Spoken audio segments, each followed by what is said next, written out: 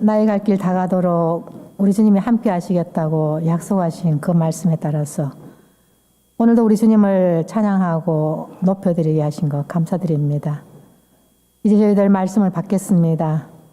말씀 안에 주님이 역사하시고 말씀이 선포될 때에 주님의 영광이 드러나게 하시고 저희들의 삶에는 하나님의 말씀이 적용되면서 주님이 우리에게 원하시는 아름다운 가정을 이루어가게 하여 주시옵소서.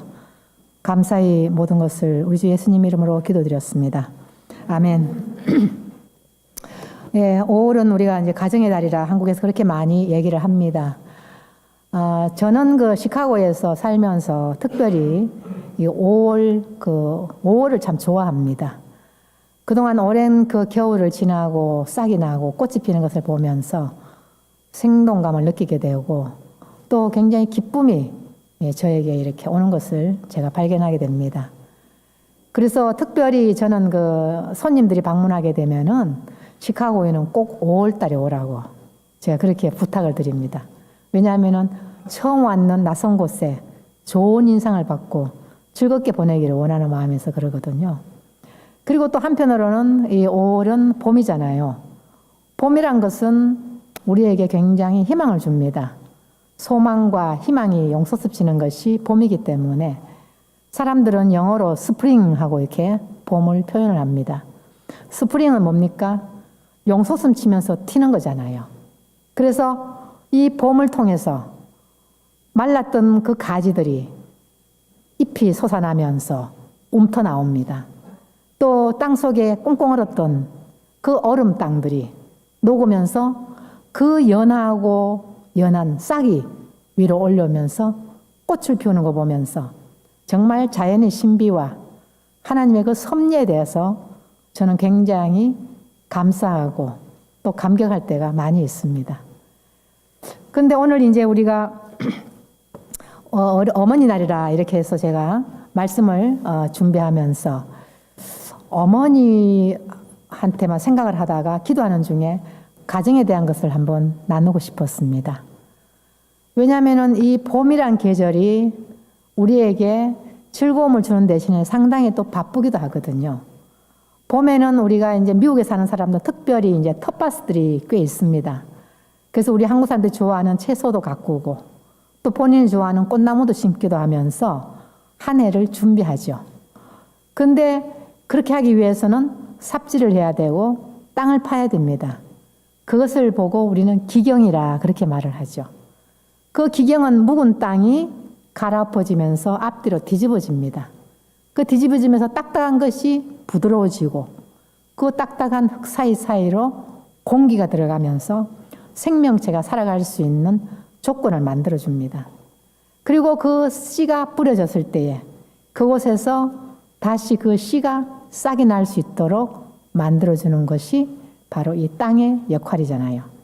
그래서 5월 우리는 가정의 달을 생각하면서 오늘 말씀을 통해서 우리 가정도 한번 다시 기경하는 새롭게 무뎌졌던 우리의 마음을 파서 다시 부드럽게 만들고 또 서로를 다시 바라볼 수 있는 그런 귀한 시간이 되기를 주님의 이름으로 축복합니다.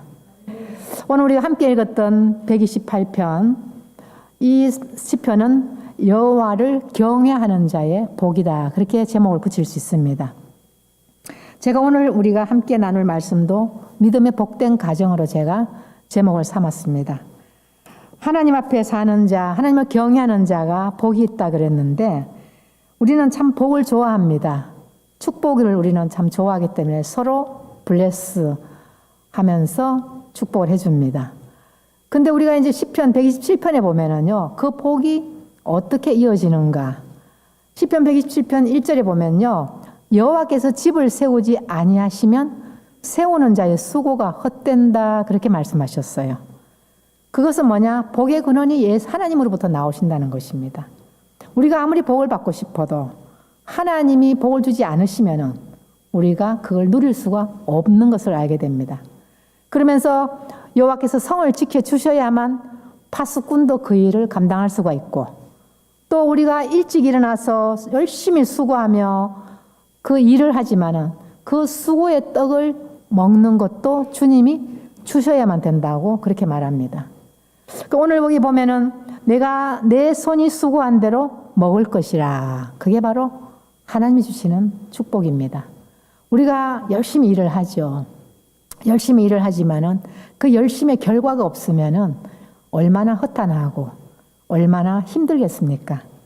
그런데 우리 가정이란 것도 사람들은 이 가정을 정원에 비유를 합니다. 정원은 아까도 말씀드린 것처럼 가꿔야 되거든요. 땅도 파고 씨도 뿌리고 또 거름도 주고 또 때를 따라서 물도 주고 그러면서 거기에 뿌려진 씨앗이나 아름다운 꽃들이 잘 성장할 수 있고 좋은 꽃을 피우게 하고 또 좋은 열매도 맺을 수 있도록 해주는 것이 바로 그 정원사의 역할입니다. 근데 우리 가정이 정원이라면은 우리는 그 정원을 가꾸는 것이 또 우리의 몫입니다. 그래서 오늘 보면 수고한 대로 먹는다는 그 축복은 그 법이 뭐냐 하면은 그 도에 행하는 자마다 복이 있도다. 그렇게 하나님 말씀하셨거든요. 그래서 그 도에 행하는 자, 하나님의 말씀이죠. 말씀대로 살아가는 자에게 그 복이 우리에게 온다는 것입니다. 가정은 우리가 누구나 다 가정을 생각하면 굉장히 평안함을 느낍니다. 그래서 여행을 갔다가 돌아오면 더 가정에 대한 소중함을 우리가 깨닫게 되죠. 그리고 오늘 우리가 읽었던 그 내용을 보면요. 3절, 4절에 굉장히 평화로운 모습이 보입니다. 내 집 내실에 있는 내 안에는 결실한 포도나무 같으며 내 상에 둘린 자식은 어린 감람나무 같다. 얼마나 아름다운 모습입니까? 그것이 우리가 바라는 가정의 모습입니다. 그러면 가정의 평안, 그 평안은 어떻게 오는가? 그것은 우리가 살아가면서 삶의 지혜를 우리가 받아야 되거든요. 그래서 그 삶의 지혜는 오늘 말씀 속에서 우리가 한번 찾아보고 싶습니다. 우리가 살아가면서 하나님이 주셨는 창조의 질서에 의해서 하나님 먼저 이 세상을 창조하시고 우주 만물을 다 만드시고 난 뒤에 사람을 만드셨어요.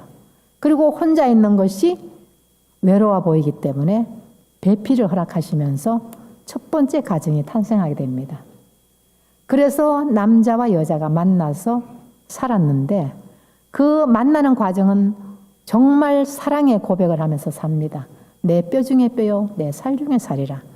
진한 아담의 고백이 있는 것처럼 우리가 결혼할 때는 굉장한 사랑을 고백하면서 결혼을 하게 되죠. 요즘 젊은 사람들 프로포즈 얼마나 노력을 해서 하는지 말도 못해요. 왜? 감동을 시켜야 되니까요. 그래야 결혼에 성공할 수 있기 때문에. 한 예로 우리가 이제 그렇게 사랑을 해서 사는데 그런 얘기가 있더라고요. 사자하고 소가 너무너무 사랑해서 결혼을 했대요. 그리고 이제 결혼해서 살면서 소는 그 배우자를 위해서 정말 싱싱하고 너무나 좋은 풀들을 열심히 구해가지고 대접을 했어요. 요즘 말하면 올게닉 유기농을 대접했는 것 같아요. 그리고 이제 사자는 또 자기가 너무 사랑하는 사람이기 때문에 정말 싱싱한 고기를 주기 위해서 사냥을 해서 그 고기를 대접을 했습니다. 얼마나 아름다운 모습입니까? 그 정성은 말할 수가 없어요. 그런데 그 사람들이 이혼을 했대요. 왜 했겠습니까? 사랑하는 방법을 몰랐다는 것이죠. 생각을 해보세요. 사자는 육식동물이고 소는 채식동물이잖아요. 그런데 그 사자한테 날마다 풀을 주니 사자가 질려서 못 살죠. 또 소한테 날마다 고기를 먹으라 그랬으니 그 고기가 몇 개 들어가겠습니까? 그게 바로 사랑의 방법을 몰랐기 때문에 결국은 헤어질 수밖에 없었습니다. 우리는 사랑을 하는데 지혜가 필요해요. 사람이 살아가면서 우리가 사랑해서 만났지만은 우리는 남자와 여자라는 다른 개체가 만납니다. 그리고 우리가 살아왔는 그 환경은요, 너무 달라요. 각자 살아왔는 부모도 다르고, 여러 가지 문화도 다르고, 풍습도 다르고, 다 다릅니다. 종교도 다르고요. 그런 사람이 한 가정에서 만나서 산다는 것이 결코 쉽지 않아요. 심지어 결혼하기 전에 너무 매력으로 보였던 것이 결혼하면서 사는 그 순간부터 애물덩어리가 되는 거예요. 좋았던 게 살아보니까 그렇게 불편할 수가 없는 것을 우리가 느낄 때가 있죠. 그것이 우리가 함께 사는 어려움이라는 겁니다. 그런데 이제 하도 사람들이 많이 결혼에 문제가 있기 때문에 미국의 윌라드 할리라는 분이 상담 전문가입니다. 이혼을 막고 결혼에 성공해 줄게 할 수 있는 상담을 전문적으로 하는 분인데 이분의 책이 His Need, Her Need, 서로의 욕구가 어떤 것인지를 기록을 했는 것이 나와 있습니다. 그래서 거기에 이제 나중에 정리를 하는데 보면 5가지 욕구가 나와요. 각 사람에게. 남성의 욕구는요, 첫 번째 성적 만족이 나옵니다. 두 번째 함께 여가 활동이 나옵니다. 그 다음에 매력적인 외모를 좋아합니다. 세 번째, 집에 들어오면 편안하게 쉬고 싶은 안식을 원합니다. 네 번째는 칭찬받기를 원합니다. 5번째, 칭찬을 받기를 원합니다. 그러면 여성은 뭘 원하는가 한번 볼까요? 여성은 넘버원이 애정 표현을 받기를 원합니다. 그리고 남편과 대화를 많이 나누고 싶어 합니다. 그리고 남편의 솔직함을 원하고 또 남편이 경제적인 어떤 능력도 있기를 원합니다. 안정을 받기 위해서. 그리고 그 남편이 자식들을 사랑해주는 헌신을 좋아합니다. 자, 우리 한번 생각해 보세요. 5가지 공통점이 있습니까? 같은 게 하나도 없어요. 그러니 얼마나 살기가 힘들겠어요. 나는 내가 좋아하는 방식으로 사랑을 표현을 할 거라고요. 근데 그게 안 돼요. 그래서 오늘 우리가 하나님 말씀에 그렇게 말씀하시잖아요. 그 도에 행하는 자가 복이 있다. 하나님 말씀이 그러면 무엇인가 우리 한번 찾아보고 싶습니다. 베드로의 전서에 보면요, 3장에 아내와 남편에 대한 얘기가 나옵니다. 먼저 우리가 남편에 대해서 얘기를 한번 해보겠습니다. 베드로전서 3장 7절에 보면요, 남편 된 자들아 자식을 따라 너희 아내와 동거하라, 그렇게 나옵니다. 지식을 따라. 지식은 뭡니까? 지식은 아내에 대해서 알아야 된다는 것입니다. 함께 사는 사람에 대해서 알지 못하면은 사는데 어려움이 온다는 것을 알 수 있습니다. 근데 우리가요, 결혼 세미나든지 어떤 자녀 세미나 이런 걸 하면요, 대체적으로 남편들이 참석률이 굉장히 낮습니다. 왜냐하면 난 다 알고 있는데 너 가서 말을 많이 알고 와서 하면 되지 않느냐 그러거든요. 근데 그게 아니잖아요. 역할이 다른데요. 그래서 배우기를 상당히 싫어하는 경향이 많더라고요. 근데 하나님께서는 오늘 그걸 알기 때문에, 남자의 본성을 알기 때문에 지식을 배우라는 것입니다. 따라가라 그래요. 그리고는 그 아내를 굉장히 귀하게 여기라 그래요. 왜? 연약하다고. 연약한 그릇은 잘 깨지잖아요. 유리 다루듯이 그냥 조심해서 다루라는 것입니다. 그래서 남성들이 아내를 조심해서 상처를 안 주도록 해야 되는데 우리가 그걸 잘 못할 때가 많이 있어요. 그 이유는 너희 기도가 막히지 아니하게 하려 한다 그랬거든요. 우리 기도하시는데 기도가 응답돼야죠. 근데 기도가 안 된다는 것입니다. 하나님과 우리와의 관계가 제대로 잘 안 되면은요, 우리가 믿는 사람이 얼마나 불행한 일입니까? 그래서 하나님께서는 지식을 따라서 하라 그랬어요. 아까 제가 간단하게 해드린 것처럼 여성에게 애정 표현이라는 것이 넘버원인데 그 애정 표현을 잘 못해요. 문화적인 차이도 있고 또 남성이 쑥스러워서 잘 못하고 그거 뭐 해야 되냐? 내가 다 알고 있는데. 그렇게 넘어가는데 아내는 그게 아니거든요. 저도 결혼하고 굉장히 혼돈이 일어났는 게, 결혼하기 전에 남성들은요, 여성들을 손잡고 그렇게 막 데이트하기를 좋아하잖아요. 결혼하고 나니까 손을 안 잡으려고 그래요. 그렇게 잘 잡던 손을 잡지 마라 그래요. 얼마나 제가 황당했겠어요. 그래서 이 사람 참 이상하네. 저는 그 사람이 왜 잡지 말라는지 모르죠. 그 불만이잖아요. 그런데 윌라드 할리 책을 읽었더니 그분이 그런 얘기를 하더라고요. 많은 남성들이 손이 잡히는 걸 싫어한대요. 그 이유는 뭔가 아내에게 조종당하는 기분이 들어서 안 잡고 싶어 한대요. 맞습니까, 장로님? 다 그런 건 아니에요. 대부분이 그렇다는 얘기죠. 뭔가 심리적으로 그런 게 있나 봐요. 제가 그걸 알고 나니까, 그래서 그렇구나. 그걸 느껴서 알았죠. 그니 그동안에 제가 포기를 하고 살았지 않습니까, 그것을. 그렇처럼 우리는 그 지식이 없으면은요, 상대방을 이해를 잘 못해요.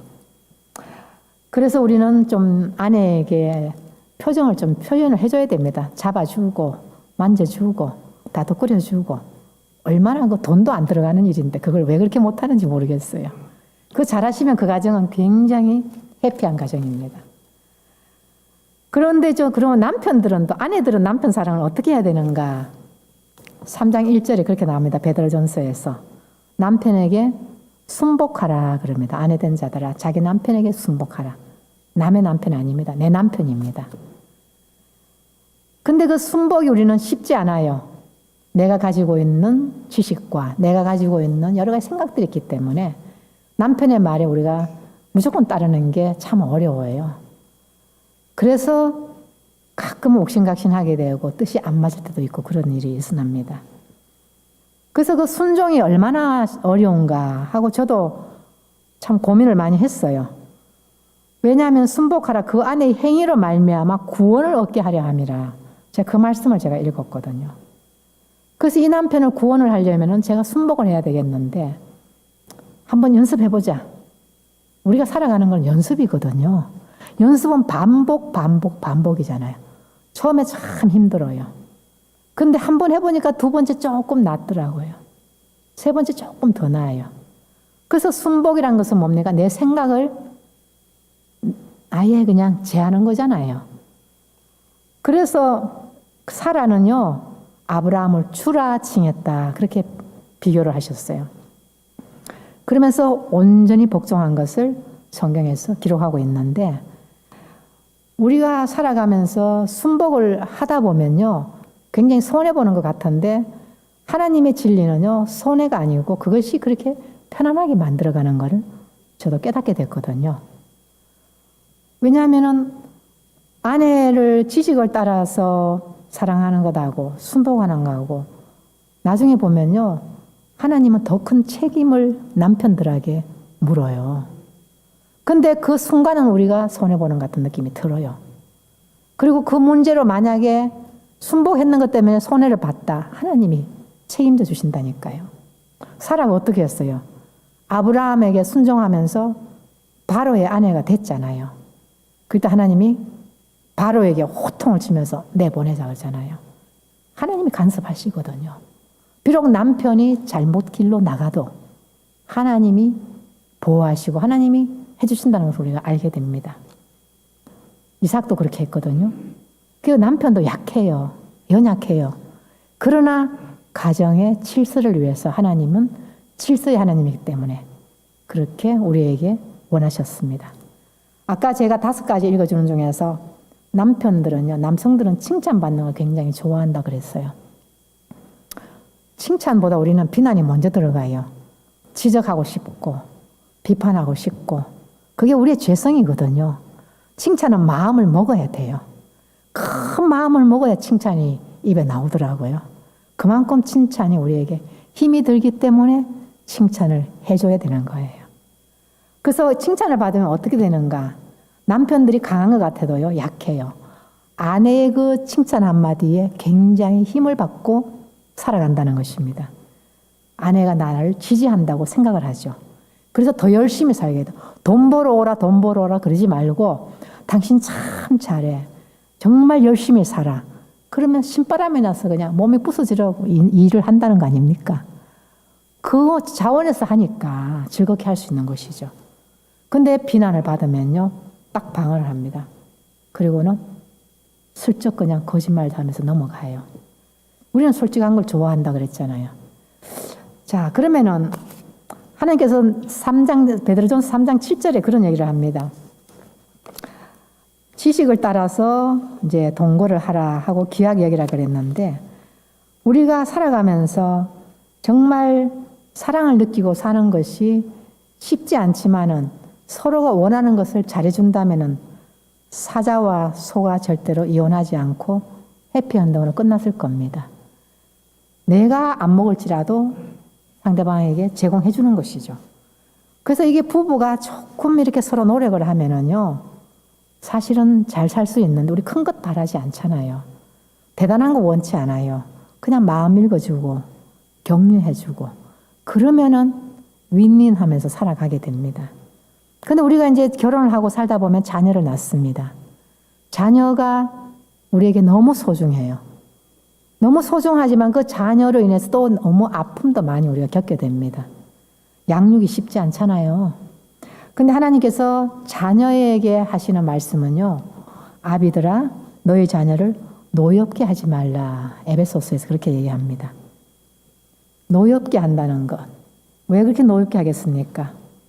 우리가 주어진 하나님이 주신 권력이 우리한테 있잖아요. 파워가 있습니다.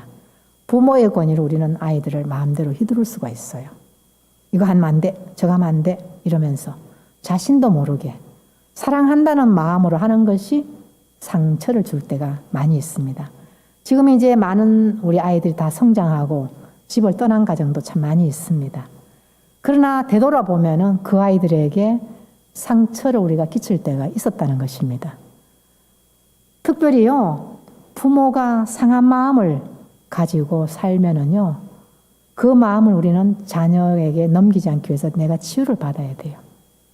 자신도 모르게 내가 약한 사람한테 그 상처가 그냥 쏟아져 들어간다는 것입니다. 그래서 우리는 정말 조심해야 되는 것이 순간적으로 내 입에서 어떤 말이 나오고 내 행동이 어떻게 나오냐에 따라서 그 아이는 깜짝깜짝 놀라면서 굉장히 그 분함을 느낄 때가 있단 말이에요. 그리고 자녀를 우리가 키우다 보면요, 편애를 하게 돼요. 사람은 하나님이 다양하게 만들었잖아요. 그런데 공부 잘하는 애가 우리는 참 이쁘거든요. 말 잘 듣는 애가 참 이뻐요. 이왕이면 얼굴도 예쁜 애가 더 이뻐요. 그게 우리의 생각이잖아요. 하나님은 각 사람에게 독특함을 주셨거든요. 그 다양함을 우리가 생각해야 되는데 차별을 하는 것이 나도 모르게 은연중에 생기게 되는 거예요. 우리가 성경에 나오는 편애로 인한 아픔을 누가 제일 많이 겪었습니까? 야곱이죠. 야곱이 요셉을 너무 사랑해가지고 형제간 중에서 그 아이에게만 특별한 사랑을 주는 바람에 그 아이 인생을 망쳤지 않습니까? 형제간들한테 얼마나 미움을 받았으면 죽여버리려고 했습니까? 그 분노가 그 형제간들 속에 자라고 있는데 아버지는 그걸 몰랐는 거죠. 그래서 특별한 사랑을 주는 것이 좋은 것이 아니고 그 아이들에게 상처를 주는 일이 생기고 과잉보호가 좋은 것 같은데 과잉보호로 인해서 그 아이는 무능한 사람으로 바뀌게 되는 것이죠.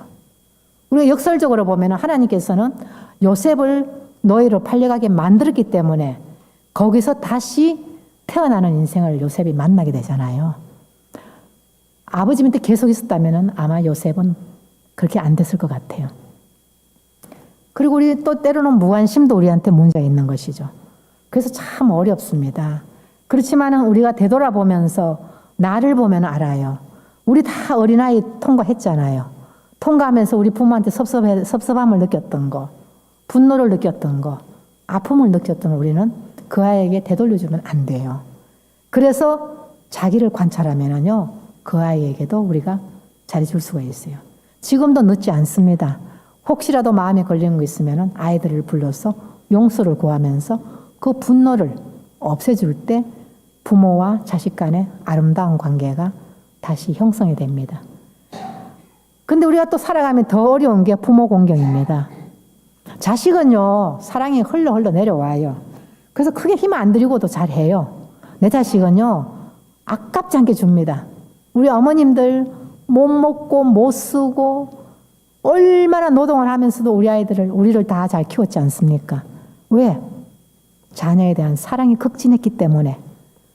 고생해도 그게 그냥 아깝지 않은 거예요. 내 자식만 잘 크면은.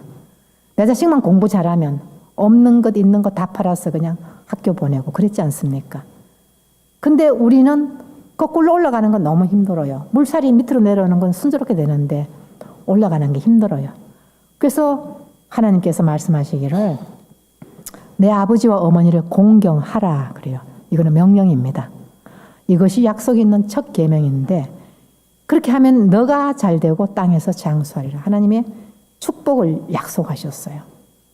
그것은 반대로 생각하면 얼마나 공경이 힘든다는 것을 하나님이 아시기 때문에 우리에게 그렇게 해주셨어요. 그럼 공경은 무엇입니까? 공경은 바로 우리 부모를 통해서 하나님의 대행자가 되거든요. 우리를 키워주는 하나님의 역할을 우리가 하고 받고 살았어요. 그래서 부모는요, 모든 정권을, 자녀의 양육에 대한 정권을 우리한테 다 넘겨주셨잖아요. 그런데 그것을 우리는 그 정권을 가지고 우리를 키워주셨는데 우리는 당연히 공경을 해야 되죠. 우리 하나님을 경외하는 자가 복이 있다 그러는데 눈에 보이지 않는 하나님보다 눈에 보이는 부모님께 우리가 공경하면은 그것이 바로 우리에게 복으로 온다는 것입니다. 그리고 자녀가요, 가정에서 잘 자라면요, 그 가정 훈련이 바로 그 인생 훈련장의 첫걸음이거든요. 그래서 때로는 그 아이가 부모가 하는 말이 마음에 안 들고 그래도 꾹 참고 순종하는 연습을 하고 나면요, 학교 가서 학교 생활 잘합니다. 사회 직장 생활 잘할 수 있습니다. 사회에서 잘 적응할 수 있는 나라 사랑도 할 수 있습니다. 그것이 뭐냐면은 바로 공경에 대한 훈련을 가정에서 받았기 때문에 그러거든요. 근데 이제 우리가 이제 나이가 들다 보면 우리가 부모가 되기도 하고 또 우리가 자식이기도 해요. 이제 저희들은 이제 자식으로 생각해 볼 때는 우리 부모님이 연로하시잖아요. 연세도 많으시다 보니까 건강도 안 좋으시고 분별력도 떨어지고 그냥 경제력도 없으셔. 그래서 참 힘들어요. 그래서 부모 공경이 참 어렵습니다. 우리가 할 때. 그래도 부모님이 또 해야 되잖아요. 우리 부모님이니까. 근데 우리는 그런 것을 성경에서는 어떻게 보여주느냐 하면요. 부모가 나를 낳았다는 존재케 하신 분 자체에 우리는 공경심을 보여야 된다는 것입니다. 나를 낳아주고 그동안 버리지 않고 키워주시고 좋은 곳으로 주시기 위해서 수고하셨는 그것을 우리가 잃어버리면은요, 우리 힘들어요. 왜냐하면 나 살기 너무 바빠. 너무 어려워. 할 일 너무 많아. 그러다 보니까 깜빡깜빡하게 됩니다. 그래서 찾아가는 것도 어렵고 안부 전화도 쉽지 않고 그렇지만 그거를 우리는 자꾸 생각을 해야 돼요. 의지적으로 하지 않으면 까먹게 되거든요. 그리고 또 두 번째는요. 하나님의 그 방법 중에서는 사회적인 약자가 보호받을 천국의 모델로 우리를 가정에서 보여주시거든요.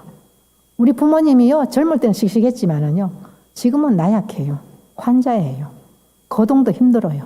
그러니까 가정에서 힘드는 사람을 제대로 공경하지 못하는 사람이 밖에 가서 어떻게 하겠어요? 못해요. 그 가정이 하나의 훈련장으로 하나님은 보여주시거든요. 우리는 자꾸 감사의 마음을 갖도록 노력해야 되고 자꾸 좋은 것을 생각하게 하는 마음을 가지고 우리가 의지적으로 하지 않으면 놓칠 수밖에 없는 것이기 때문에 하나님이 어버이를 공경하라 그렇게 말씀하셨어요.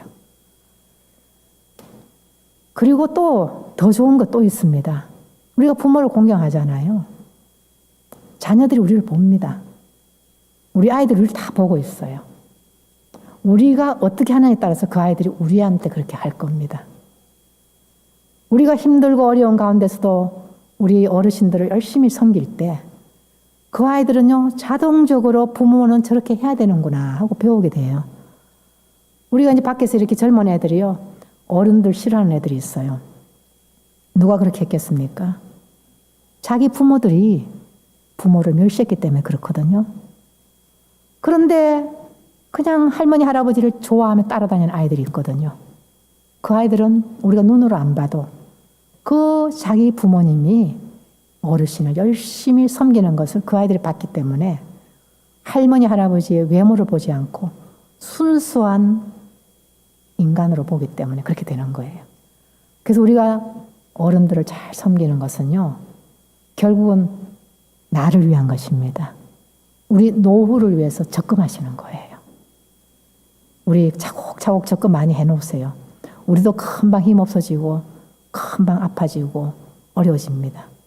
그래서 우리 교회는요, 정말 하나님의 사랑으로 부부가 사랑하고 자녀를 양육으로 말씀으로 양육하고 또 어르신들 아래 위로 섬기면서 정말 풍성한 삶을 사는 우리 가정이 되기를 주님의 이름으로 축복합니다.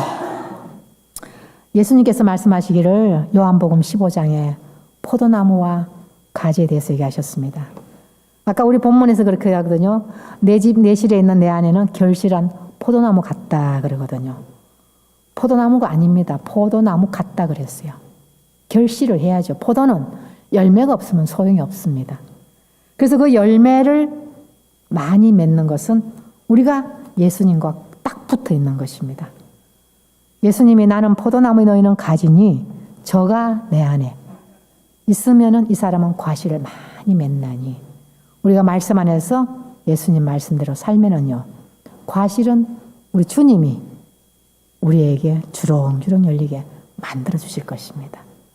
그렇게 되면은 우리는 저절로 하나님이 주시는 그 복을 자손과 자손으로 이어지면서 믿음의 복이 계속 흘러내려갈 때에 우리가 바로 천국의 주인이 될 수 있고 우리 예수님을 따라서 우리가 함께 포도 열매를 나누어 주는 복된 가정이 될 줄로 주님의 이름으로 축복합니다. 기도하시겠습니다. 아버지 하나님, 여호와를 경외하는 자의 가정에 대한 복을 우리가 함께